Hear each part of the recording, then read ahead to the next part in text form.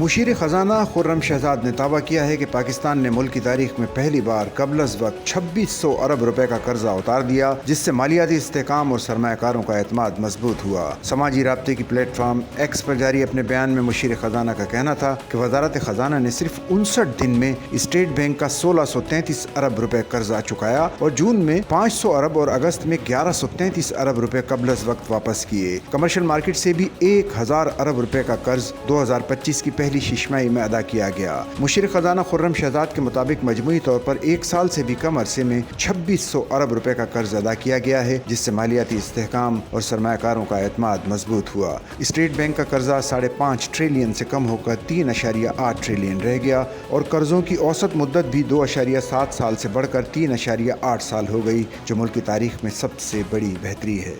Sachal news net work کی videos میں خوش آمدید۔ ناظرین، ویڈیو سے متعلق اپنی قیمتی رائے کا اظہار کمنٹ باکس میں ضرور کریں اور چینل کو سبسکرائب کریں۔